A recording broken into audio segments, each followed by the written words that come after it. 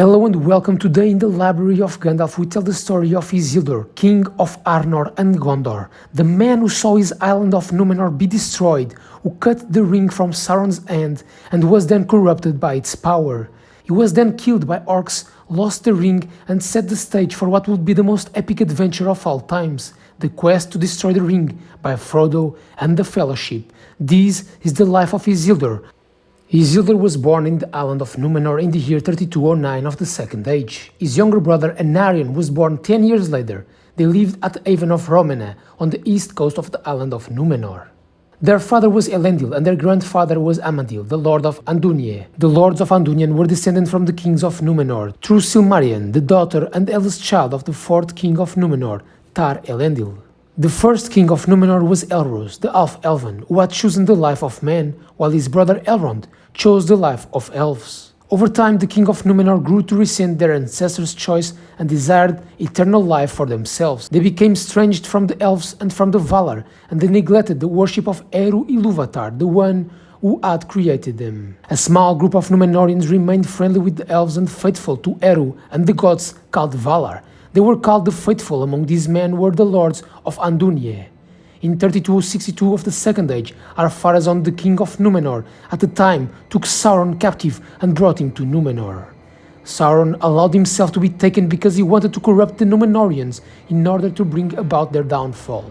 He used their desire for immortality and power to convince them to renounce Eru Ilúvatar and worship Morgoth. Isildur learned that Sauron wanted Ar-Pharazôn to cut down Nimlot, the white tree that had come from the Undying Lands. Isildur disguised himself and went secretly to the king's court and took a fruit from Nimlot. The guards discovered and attacked him, and although receiving grave injuries, he managed to escape with the fruit. For this deed, Isildur received much praise. He stood near death for many months, but when the fruit of the white tree began to sprout, he awoke and recovered from his injuries. As Sauron's influence increased, the faithful began to prepare to leave Numenor. They prepared 9 ships to flee with their families and many of their prized possessions, including the Palantiri. Isildur had 3 ships of his own, while his brother had 2 ships and his father 4, and he brought aboard the seed of the white tree, the stone of Erech, as well as his wife and his son Elendil, who had been born in 3299 of the Second Age. Isildur's grandfather Amadil hoped to plead with the Valar to spare the faithful. He sailed westward towards the Undying Land, but what became of him is not known and he was never seen again. At the same time, Ar-Pharazôn felt the approach of old age. Sauron's lies finally convinced him he could achieve immortality in the Undying Lands. In the year 3319 of the Second Age, Ar-Pharazôn set out with a great fleet intending to take the Undying Lands by force.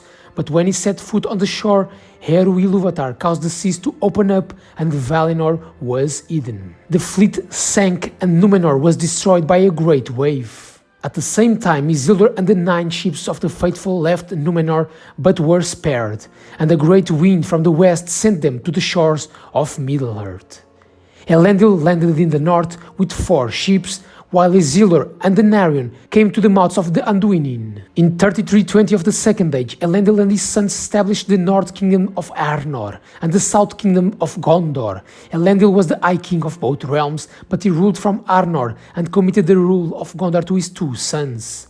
Isildur lived in Minas Ithil, to the east of the Anduin, to defend against the evil that might still dwell in Mordor, while Anarion made his home in Minas Arnor, to the west of the Anduin. They ruled from their joint capital of Osgiliath, built on both banks of the river. It was not known at first that Sauron had survived the downfall and had begun to rebuild his strengths. Isildur had one of the 7 Palantir, called the Ithil Stone, which he used to communicate with his brother and father. They divided the 7 in strategic places around Middle-earth. Isildur and his wife had 2 more sons while living in Gondor: Aratan, born in 3339 of the Second Age, and Cirion, born 40 years later. In the early days of Gondor, Isildur went to the Isle of Erech, at the entrance of the Black Root Vale in the White Mountains.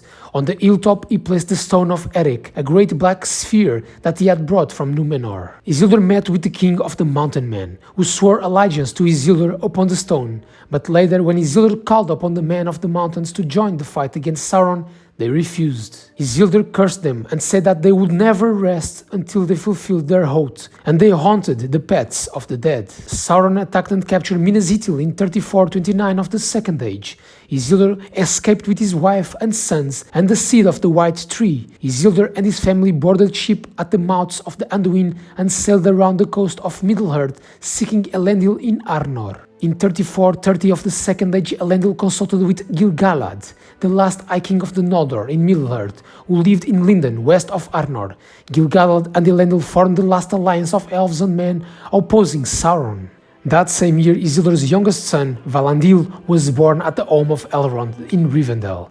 The army of the Last Alliance gathered at Rivendell in 3431 of the Second Age. Then they marched to war.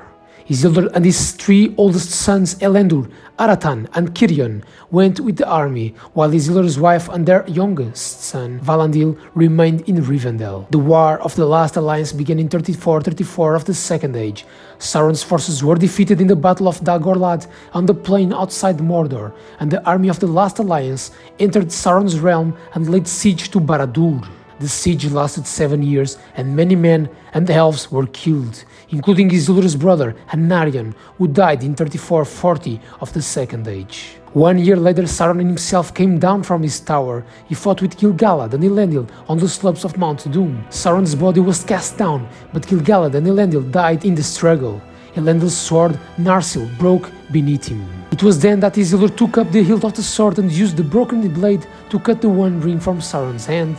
Sauron's spirit fled from his body, but as long as the ring that held much of his power survived, so would his spirit. Enamored by the ring's apparent beauty, Isildur took it for himself. Elrond and Círdan were the only two individuals who marked Isildur's actions, as they alone had been with Gil-galad during the contest with Sauron, and Isildur alone had stood by Elendil.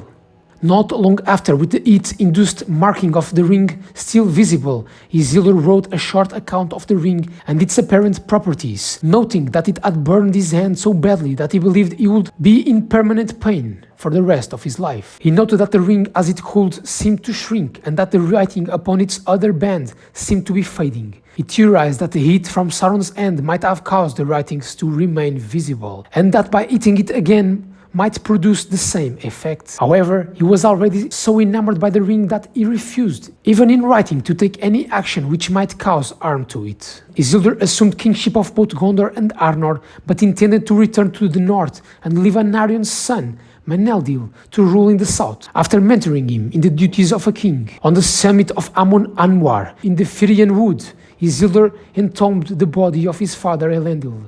Before leaving Minas Anor, Isildur planted the seed of the White Tree recovered from Minas Ithil in memory of his brother and established the tradition of Isildur. On September 5, second year of the Third Age, Isildur set out from Minas Anor with his three eldest sons and a company of knights. They marched up the Vales of Anduin on the eastern side of the river, heading for the high pass over the Misty Mountains. He intended to deliver the One Ring to Elrond, as suggested by his eldest son and confidant, Elendur.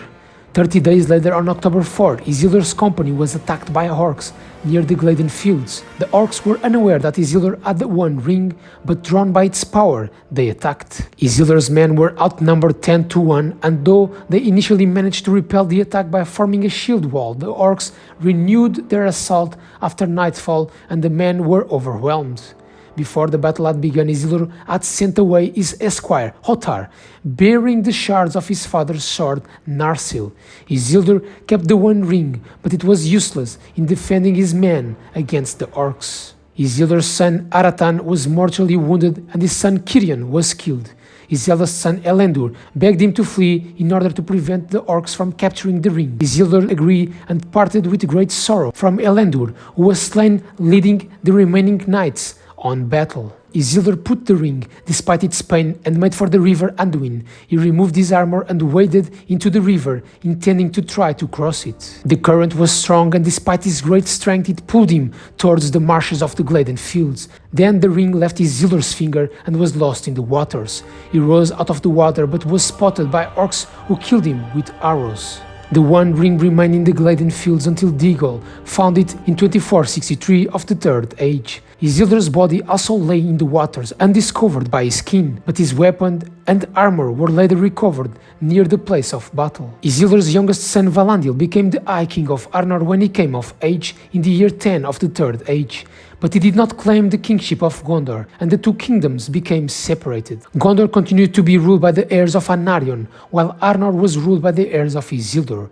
It was not until the end of the Third Age that the kingdom were reunited by Aragorn II Elessar, Isildur's heir. During his reign, evidence for the full story of his death was finally uncovered, as the Elendilmir gemstone and the necklace holding the One Ring were found in a secret chamber in Orthanc. Saruman had likely found Isildur's remains and had them burnt. And this is the story of Isildur. I hope you enjoyed this video. Like and subscribe so I can make more videos like this. This is the Library of Gandalf. Goodbye and see you in the next video.